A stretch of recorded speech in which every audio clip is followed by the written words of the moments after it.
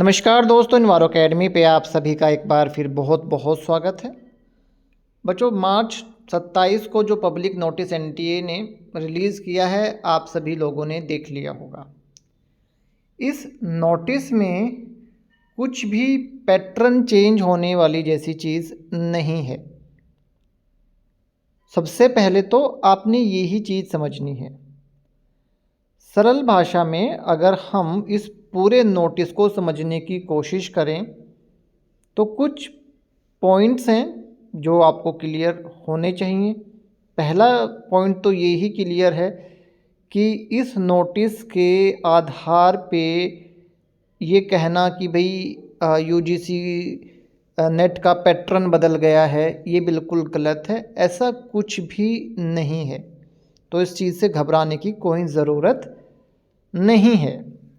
अब दूसरा पॉइंट ये है कि इस पब्लिक नोटिस के माध्यम से यूजीसी ने क्या कहा है।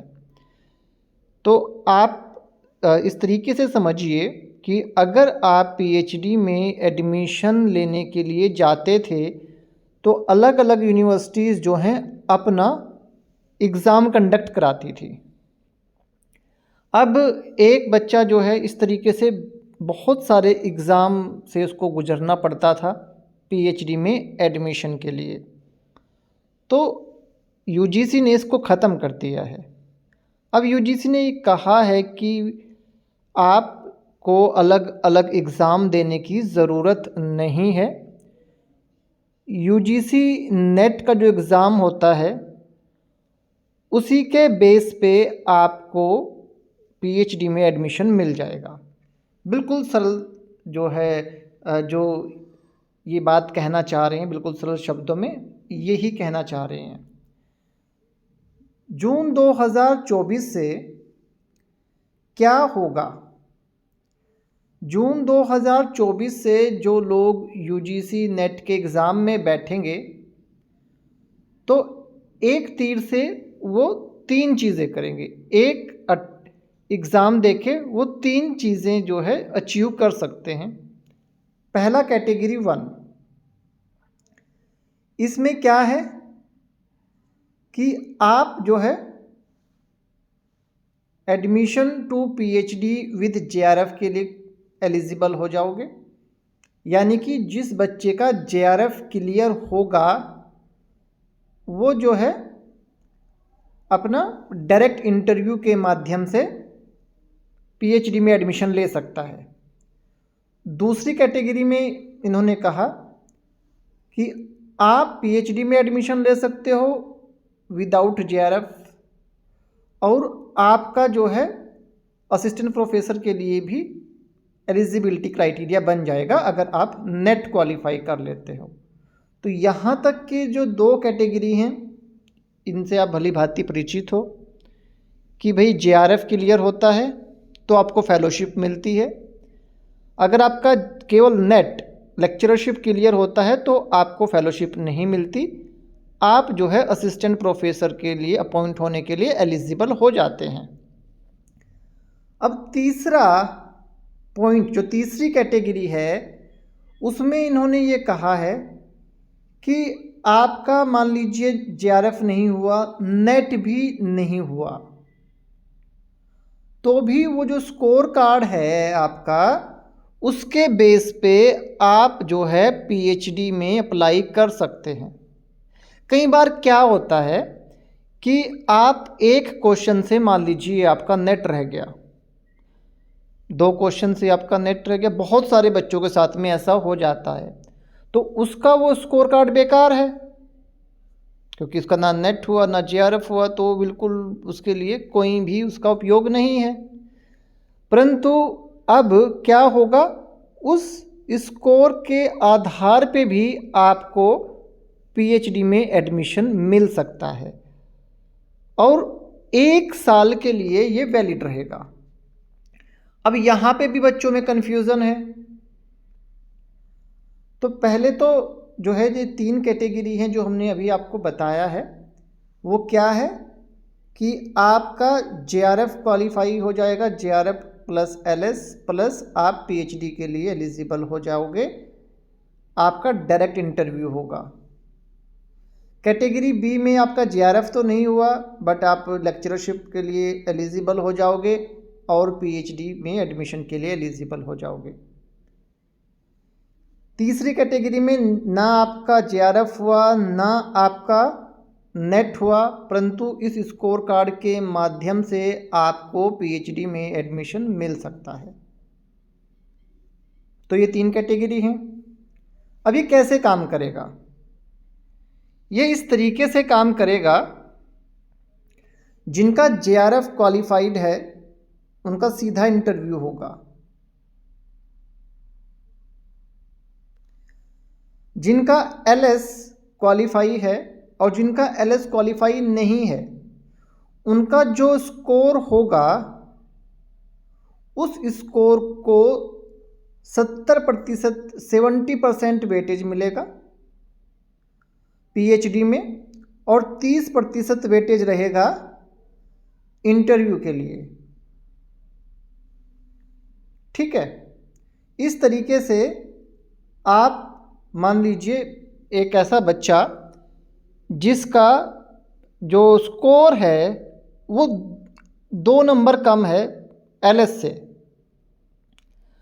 अब वो बच्चा और जिसका नेट है जिसके मान लीजिए 2 नंबर ही ज़्यादा हैं, दोनों का जो डिफरेंस रहेगा स्कोर का वो 2 नंबर का है, परंतु एक का एलएस है और एक का एलएस नहीं है, तो उनका जो स्कोर है उन दोनों को 70% वेटेज मिलेगा। ठीक है, यानी कि जो टोटल डिफरेंस रहेगा वो 2 नंबर का रहेगा। उसके बाद में जो 30% वेटेज है वो इंटरव्यू देंगे दोनों बच्चे। तो हो सकता है कि जिसका नेट क्वालिफाई नहीं है, जिसका नेट क्वालिफाई नहीं है वो अच्छा इंटरव्यू दे दे और वो इंटरव्यू में अच्छे मार्क्स अचीव कर ले और उसका सिलेक्शन हो जाए। संभावनाएं बहुत सारी हैं। तो इस तरीके से इन्होंने क्या कर दिया, अब हर यूनिवर्सिटी अपनी मनमानी से एंट्रेंस एग्ज़ाम नहीं लेगी। आप सिंपली जो नेट का स्कोर है, जो यूजीसी नेट ने जो एग्ज़ाम कंडक्ट कराया है, ये कहना ज़्यादा उचित रहेगा, उस एग्ज़ाम में बच्चे ने जो स्कोर प्राप्त किया है उस स्कोर को आप 70% वरीयता देंगे, वेटेज देंगे, और 30% जो है वेटेज इंटरव्यू को देंगे। उसके बाद में आप एक एग्रीगेट मार्क्स बनाएंगे और उन मार्क्स के आधार पे आप जो है अपना पीएचडी के लिए बच्चे सेलेक्ट करेंगे। तो ऐसे करके जो है आपका एक मेरिट बनेगा और उस मेरिट के आधार पे आपको पीएचडी में एडमिशन मिल जाएगा। ये जो स्कोर कार्ड होगा ये जो है 1 साल के लिए वैलिड होगा। अब यहाँ पे आपको समझने वाली बात ये है कि जो पहले लेक्चररशिप का जो वैलिडिटी था वो लाइफ टाइम था, वो अभी भी लाइफ टाइम ही है। केवल और केवल पीएचडी में एडमिशन के लिए उसका वैलिडिटी 1 ईयर है। तो बिल्कुल भी कंफ्यूज होने की ज़रूरत नहीं है। यूजीसी ने कोई भी इस तरीके का बदलाव एग्ज़ाम के पैटर्न में नहीं किया है। केवल और केवल चीज़ों को सुविधाजनक बनाने के लिए इन्होंने इतना किया है कि जिस एग्ज़ाम को आप दे रहे हैं यूजीसी नेट को, उसका स्कोर कार्ड जो है वो अब अगर आपका नेट भी नहीं है तो भी आपके काम आ सकता है पीएचडी में एडमिशन के लिए। तो यहाँ बहुत सारे बच्चों में कन्फ्यूज़न था कि सर पैटर्न बदल दिया गया है, अब इसको ये जो वैलिडिटी है नेट का वो 1 साल कर दिया गया है। ऐसा बिल्कुल भी कुछ नहीं है, आपको घबराने की कोई ज़रूरत नहीं है। सारी चीज़ें सेम हैं, चीज़ों को जो है अच्छा किया गया है, चीज़ों को थोड़ा इम्प्रूव किया गया है। आपको अलग अलग यूनिवर्सिटी के डिफरेंट एंट्रेंस एग्ज़ाम से बचाने के लिए ये किया गया है कि 3 कैटेगरी बना दी हैं। पहले कैटेगरी में आपका जेआरएफ क्वालिफाई है तो सीधा आपका इंटरव्यू होगा। अगर आप कैटेगरी बी और 2 में से बिलोंग करते हैं तो आपके जितने मार्क्स आपने अचीव किए हैं उनको 70% 70% वेटेज दिया जाएगा और 30% इंटरव्यू को वेटेज दिया जाएगा। फिर जो है एक मेरिट बनाई जाएगी, उस मेरिट के बिहाफ पे आपका जो है पीएचडी में एडमिशन हो जाएगा। और जो है ये स्कोर कार्ड आपका 1 साल के लिए वैलिड रहेगा फॉर पीएचडी। पीएचडी में एडमिशन के लिए 1 साल के लिए वैलिड रहेगा। अदरवाइज़ अगर हम लेक्चरशिप की बात करें तो ये लाइफ टाइम वैलिड, जैसे पहले था वैसे ही ये अभी है। तो मुझे पूरी उम्मीद है कि जितने भी डाउट आप लोगों के थे, कल से आप बहुत ज़्यादा बच्चे ऐसे थे जो लगातार फ़ोन कर रहे थे, मैसेज कर रहे थे कि सर ये क्या चीज़ है।